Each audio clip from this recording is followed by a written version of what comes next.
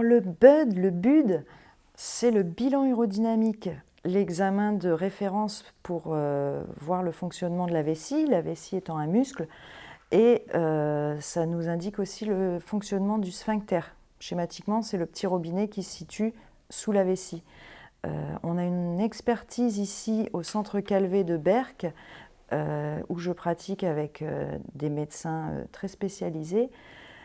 Ce n'est pas un examen douloureux, c'est vraiment nécessaire pour voir le fonctionnement de la vessie et apporter une réponse au niveau d'un traitement, au niveau d'une prise en charge, au niveau par exemple des autosondages. Le bilan peut être prescrit par le médecin généraliste si le patient présente un souci par exemple de fuite urinaire, qu'on appelle incontinence, par le gynécologue pour le même type de problème, par le chirurgien si c'est un homme qui a subi une intervention sur la prostate, ou par le médecin de rééducation pour un patient qui a une pathologie neurologique comme une lésion de la moelle épinière ou une affection neurologique, type maladie dégénérative, sclérose en plaques et d'autres maladies de ce genre. Dans la sclérose en plaques, il y a effectivement souvent des troubles urinaires associés et des fois c'est ça qui les premiers symptômes de la maladie. Donc cet examen permet de compléter le bilan après la pose du diagnostic et de voir un petit peu comment améliorer la vie des patients porteurs de cette maladie.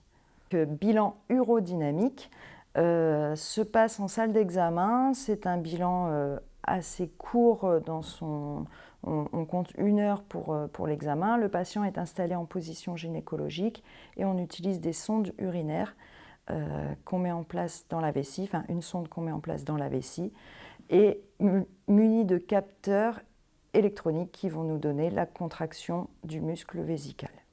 Le but de l'autosondage, c'est de préserver un maximum l'autonomie des patients. On peut sonder en balade, dans un bois, on peut sonder dans des toilettes, on peut sonder au lit, selon les capacités de chacun. Ici, dans le centre, on a une équipe dédiée qui fait tester des sondes aux patients. C'est lui qui choisit. Il reste une journée chez nous pour apprendre la technique. Ensuite, il repart avec les coordonnées des infirmières et il revoit systématiquement le médecin 1 mois après pour évaluer si tout se passe bien au domicile, puisque souvent ce sont des patients à domicile. Si c'est dans le cadre d'une hospitalisation, il est bien sûr suivi par l'équipe de soins. Donc c'est vraiment important de consulter son médecin rééducateur si on en a un, ou son urologue, et de faire des bilans urinaires réguliers pour vérifier l'absence de complications liées à un dysfonctionnement de vessie. L'autosondage, quand il est réalisable, c'est vraiment une qualité de vie améliorée pour tous les patients.